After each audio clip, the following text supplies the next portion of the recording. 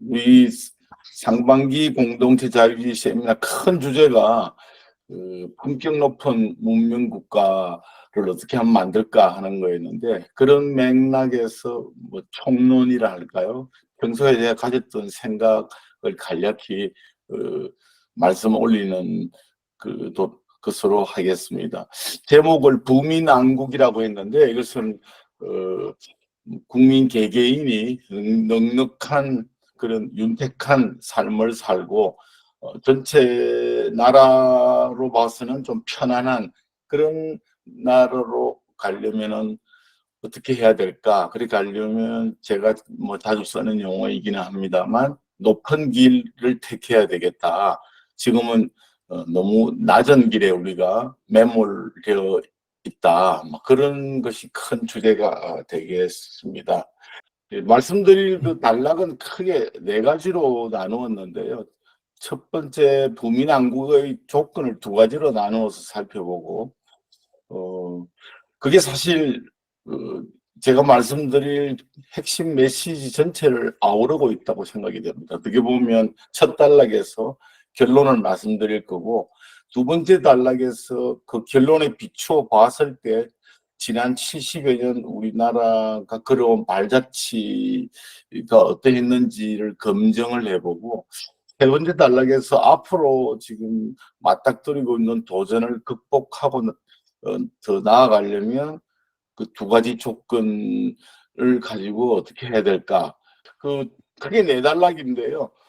부민 왕국이 되려면 어떻게 돼야 될까? 왼쪽에 지금 파란색으로 표기를 했습니다만, 첫째는 사람, 두 번째는 시스템, 그런 조건을 갖춰야 된다는 걸 결론적으로 말씀드릴 거고요. 그래서 첫 단락을 끝내고 나면 사실상 뭐 제 얘기는 핵심 메시지는 다 끝난 거라고 그렇게 보시면 되겠는데, 두 번째 단락에서 그 두 조건이 지난 70년 우리의 발자취에서 어떻게 작동했는가를 살피고, 세 번째 단락에서 앞으로 그것이 어떻게 작동할 것인가, 그리고 네 번째 단락에서 계속해서 나아가려면 무엇을 해야 될까, 뭐 그런 식으로 말씀을 드리도록 하겠습니다. 첫째는 필요 조건으로 전체적으로 우리 뭐 잘 살고 편안한 나라가 되려면 사람들의 역량이 올라가야 된다 하는 것을 꼭 필요한 조건으로 정리를 했는데요. 그 역량도 크게 세 단계로 나눌 수 있을 것 같습니다. 그래서 누구나 갖추어야 될 문해, 수리, 컴퓨팅 같은 것은 기초 역량이 되겠고요. 이 점에서 우리 국민들은 뭐 A 학점 정도를 받을 수 있다고 생각이 됩니다. 그럼 두 번째가 혁신 역량이라고 제 이름을 붙였는데요. 탐구, 모험, 창의, 문제 해결과 같은 기존의 질서, 옛날에 해오던 선례에 만족하지 않고 계속해서 의문을 품고 새로운 걸 시도하려는 역량, 그런 점에서 우리 국민들은 B학점 정도 된다고 보여지고요. 그걸 갖춘 것들은 각각 개인적인 역량이 되겠는데, 그 외에 상대 아픔, 어려움 같은 걸 인지하고 공감하고 의견이 다르면 소통하고 또 힘을 모으고 하는 그런 역량, 그걸 제가 포용 역량이라고 이름을 붙였는데, 까지 갖추면 금상첨화가 되겠습니다. 우리 국민의 경우는 이 점에 있어서는 B학점 또는 뭐 낙제점에 가깝지 않나, 그렇게 정리를 할 수 있겠습니다. 밑에 박스에 보시면 사람의 역량이 결국은 고소득 또는 문명 국가로 가는 꼭 필요한 조건이다 하는 것은 일부 자원 부국, 산유국 등을 빼면은 잘 사는 나라들은 대체로 시민의 역량이 고도화되어 있다. 특히 나중에 또 말씀 올리겠습니다만, 이른바 사회자본이나 시민의식, 그리고 포용 역량이 높은 문명 국가로서 프랑스, 노르딕 국가, 뭐 일본 뭐 등등을 들 수가 있겠다고 생각이 됩니다. 그럼 사람만 뭐 뛰어나면 잘 사느냐 그런 건 아닌 것 같습니다. 그 열심히 일하거나 참신한 아이디어가 있으면 그 보상을 충분히 그에 상응하게 받을 수 있는 그런 시스템이 갖추어져야 되는데 그것을 충분한 조건으로 들었습니다. 곧 기여와 보상이 일치해야 유인 체계 그리고 채무성 등이 확립이 되고 그 엉뚱한 지대를 추구하는 그런 유인을 배제하게 될 것 같습니다. 뭐 반면교사 많이 정리를 했습니다만 다 아시는 내용인데 대표적으로 인도 같은 경우는 인적 역량은 괜찮은 편인데 그 법적으로는 폐지가 되지만 그 신분에 따른 차별, 오래된 그 파스트 문화가 결국 지금 인도의 잠재력을 충분히 발휘하지 못하도록 가로막고 있는 걸림돌이 아닌가 뭐 그런 생각이 듭니다. 오른쪽 그림은 제가 빙 이미지 크리에이터로 만들어 본 두 가지 그림인데요. 위의 그림은 5명의 어린이가 각자 자기 마음껏 발랄하게 최선을 다해서 자유롭게 높이 뛰기를 그 점프를 하는 모습이고 아주 유쾌한 기쁜 표정을 짓고 있는 걸 알 수가 있겠고요. 밑에 그림은 누군가의 지시에 의해서 너무 튀지 말고 비슷한 높이로 5명이 뛰도록 관계를 했기 때문에 시무룩한 표정으로 자기 잠재력을 최대한 발휘하지 못하고 마지못해 뛰는 그런 어, 모습을 그림으로 그려놨는데요. 제가 드리고자 하는 메시지는 위의 그림처럼 일단은 개인의 잠재력, 소질이 극대화될 수 있는 그런 사회경제 시스템을 갖춘 뒤에 그 차이가 나는 것을 또는 원천적인 그런 차이를 어떻게 보정해 줄 것인가 하는 것은 뒤에서 말씀드리겠습니다만 밑에 그림처럼 원천적으로 처음부터 규율 강제에 의해서 잠재력을 발휘하지 못하도록 억지하는 것은 안 된다 하는 그런 뜻의 제 메시지가 되겠습니다. 이 두 가지 말씀드려서 사실 제가 드리고 싶은 얘기는 거의 다 했는데요. 나머지 간략간략하게 지난 70년에 이 두 가지 조건이 어떻게 작동했는지를 살펴보겠습니다. 잘 아시는 대로 우리는 1960년에 저소득 국가였다가 2020년에 고소득 국가로 발돋움한 세계 유일의 나라이고 그 왼쪽 그림에서 보시는 바와 같습니다. 오른쪽 그림은 지난 1970년부터니까 약 50년 동안 X축의 GDP와 Y축의 생산성 증가율이 세계에서 가장 높은 나라였다. 이건 결국 한마디로 한강의 기적을 이루었다고 할 수 있겠고요. 비단 성장 측면뿐만 아니고 소득 분배와 사회적 이동도 아주 뛰어나다고 할 수는 없지만 양호하다, 무난하다 하는 정도로 다른 나라와 견주어 보면 정리할 수가 있겠습니다. 그래서 성장도 잘했고 분배도 그대로 괜찮다면 성공한 그런 사례라고 볼 수 있겠는데 이처럼 모범적인 성공을 이끈 동력이 무엇일까 하는 것을 아까 말씀드린 필요 조건의 입장에서 보면 지난 70년 동안 우리의 인적 역량이 크게 확충이 됐다. 수적으로도 인구가 크게 늘었을 뿐만 아니라 또 교육열과 정부, 종교계의 사학진흥책에 따라 문맹을 퇴치했다든지 이공계 표준 인력을 대거 양성했다든지 그 밖에 압축 성장 기간 동안에는 근로윤리, 자조의식, 근검절약 기품 그리고 왕성한 기업가 정신, 활발한 도전과 모험, 끊임없는 혁신 등이 이어져서 필요 조건을 충족할 수 있었다 이렇게 생각이 듭니다.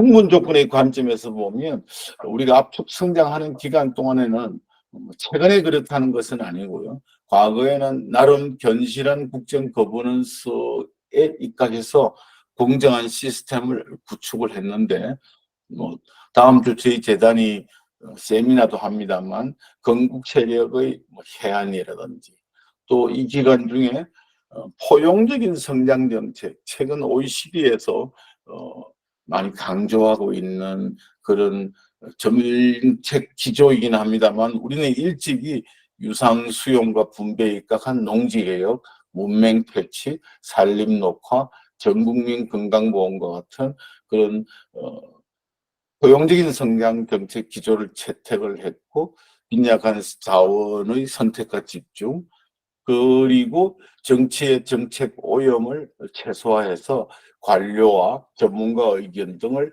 존중하는 방향으로, 크게 보면 뭐 과도 적지 않았지만 열심히 일하는 사람에게 보상이 주어지는 공정한 시스템을 구축한 것이 도약의 동력이었다고 집약할 수 있겠습니다. 그래서 남북한 차이가 굉장히 많이 나는데, 이 차이에 대해서 국가는 왜 실패하는가의 저자 아세이 몰루와 로빈슨이 2013년에 쓴 책에서 가장 뚜렷하게 호모지니어스한데도 불구하고 남북 간에 이렇게 현격한 격차가 벌어진 것은 인스티튜셔널, 제도의 차이다, 그렇게 지적하고 있습니다. 이건 어떻게 보면 제가 말씀드리는 충분 조건에서의 큰 차이가 아니었나 하는 생각이 듭니다.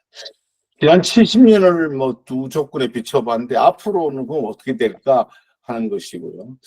필요 조건의 입장에서 보면 첫째, 사람의 수가 문제가 되겠는데, 인구가 늘어나면 자연히 성장도 촉진하는 이른바 인구 배당이 이제는 마이너스로 돌아서서 그 인구 배당이 우리에게 이제 역습을 하는 그런 상황.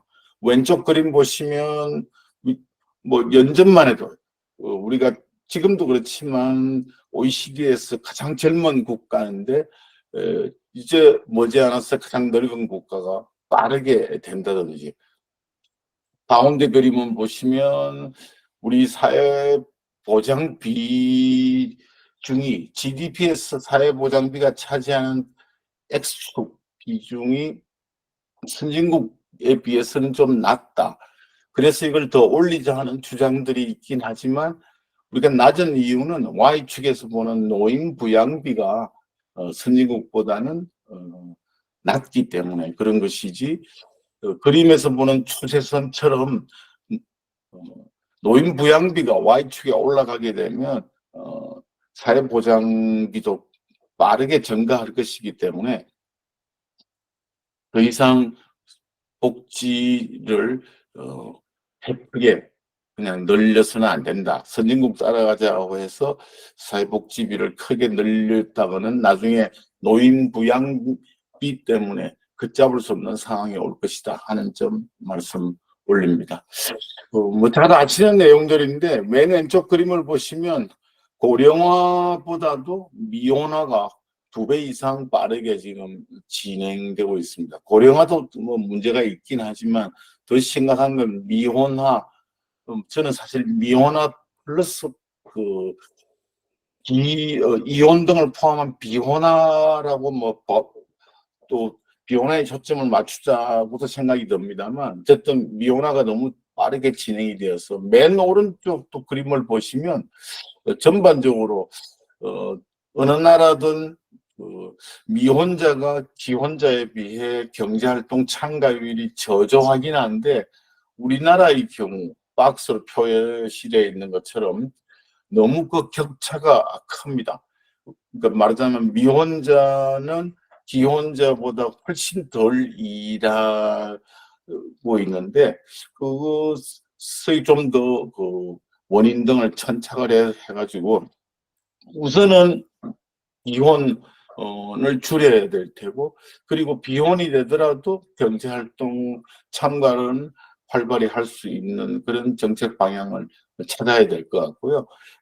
아래 박스에 제가 정리했습니다만은 그 미국의 경우 백인 가장 가구의 순자산은 흑인 가장 가구의 8배 정도 되는데 백인 1인 가구의 순자산은 흑인 유배우자 가구의 절반밖에 되지 않는데 이것이 결국 가족이 근로의욕, 책임, 자조의식의 원천이다 하는 방증이라고 생각이 됩니다.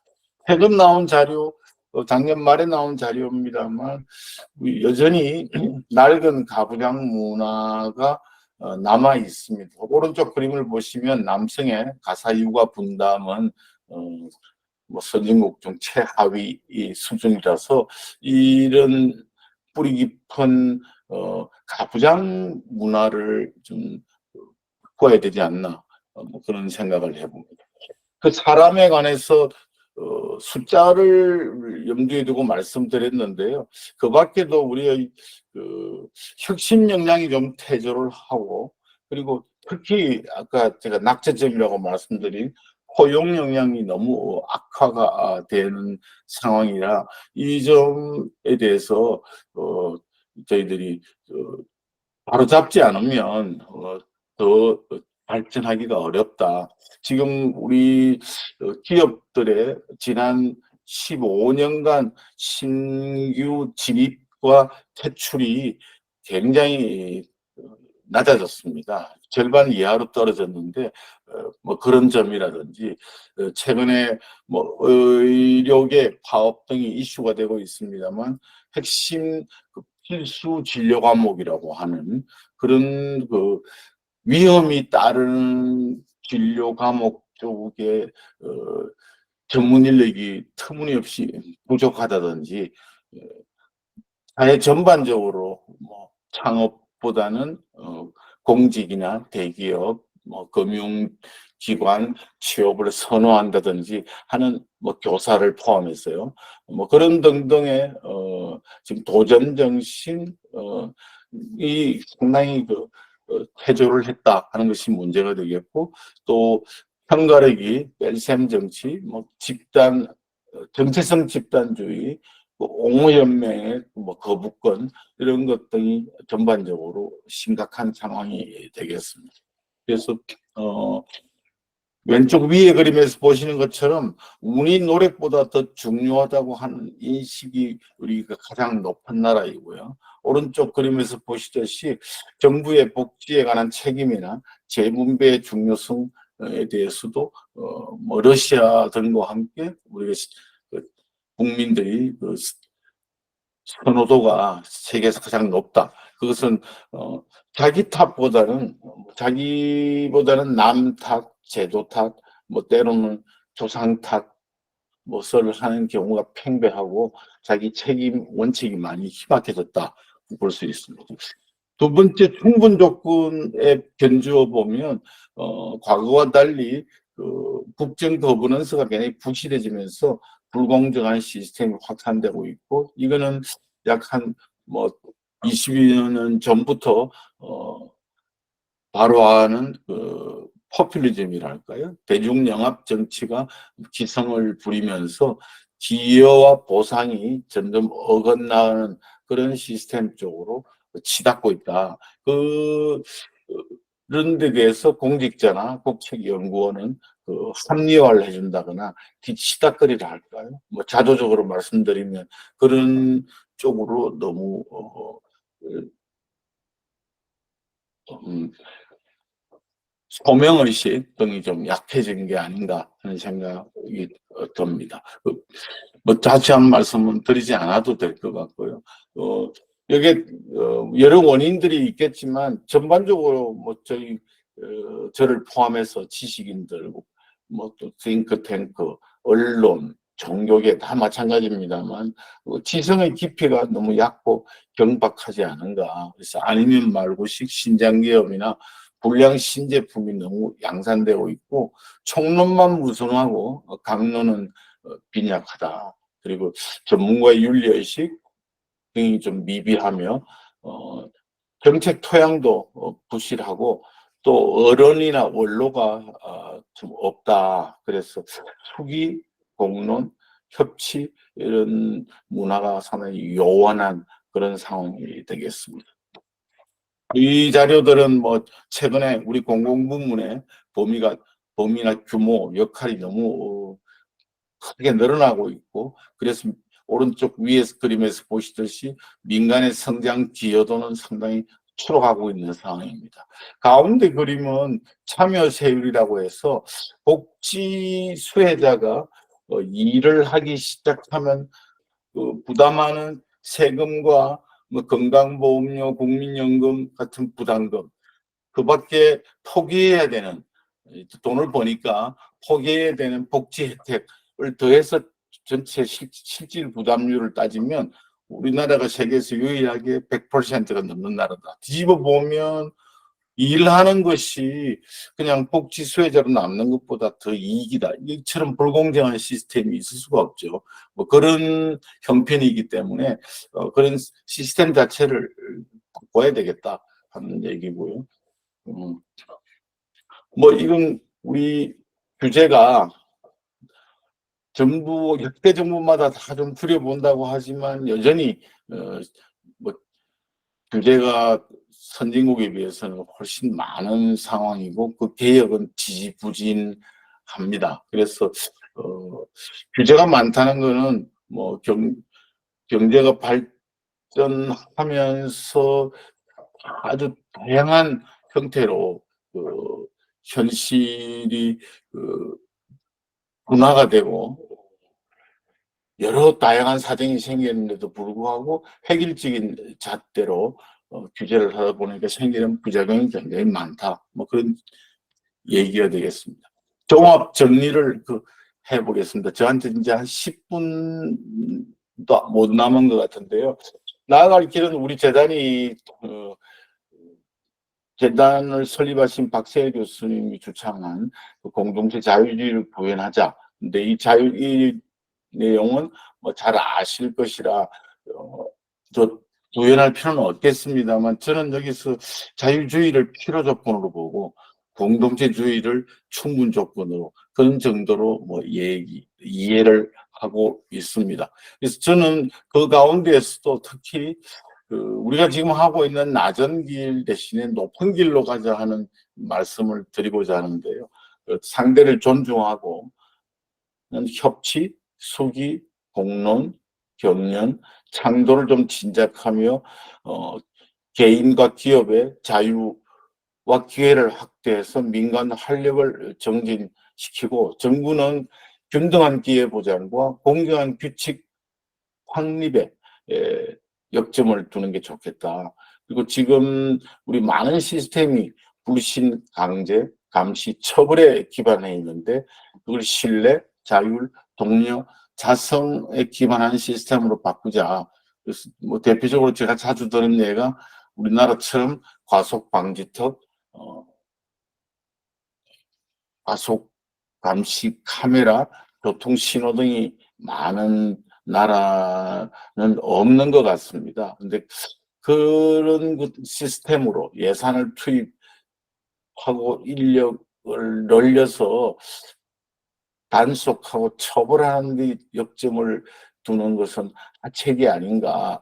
자율적으로 과속을 하지 않는 그런 문화가 자리 잡도록 하는 게 좋겠다. 뭐 그런 말씀을 드리고요.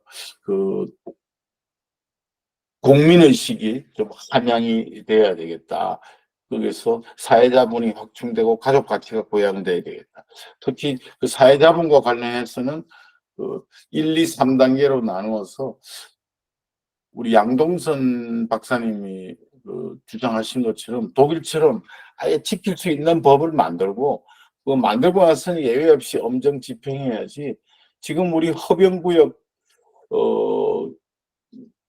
기을 거의 만들어 놓지 않고 모두 금연을 하라고 하니까 대부분의 흡연자들이 말하자면 법을 어기면서 어, 한쪽 골목 구석이나 이런 데서 흡연을 하는데요. 흡연 구역을 어느 정도는 만들어 주고 그리고 어 그런 규칙을 어 예외 없이 집행해야지 뭐 단속하는 것도 아니고 안 하는 것도 아니고 뭐 걸리면 뭐 재수 없다고 생각하고 그런 식으로 해서는 안 되겠다. 뭐 불법 집회 시위 현수막 같은 것도 문제가 되겠고 그게 참 기본이고 그다음에는 서로 좀 호혜 문화, 신뢰, 존중 뭐 그런 건데요. 염치 그런 걸 합쳐서 예라고 할 수 있겠는데 특히 거짓말이 너무 횡행하고 사기가 너무 많습니다. 작년에 그 우리 범죄 가운데 3분의 1 이상이 사기 범죄였다고 하는데요. 어 뭐 디지털 기술의 발전 같은 것도 그 한몫을 했겠지만 전체적으로 거짓말이나 사기, 위선 이런 것들이 횡행하고 있는데 그것을 좀 엄중하게 배격하고 금기시하는 게 중요하겠다. 좀 더 욕심을 내면 3 단계로는 양보하고 헌신, 기부 봉사하는 그 덕이라 할까요? 그런 게 되겠는데 오른쪽 그림 그리는 거 제가 한번 예전에 말씀드렸습니다만 이 그림이 돼지 피를 빨고 있는 흡혈박쥐의 모습인데요. 흡혈박쥐는 어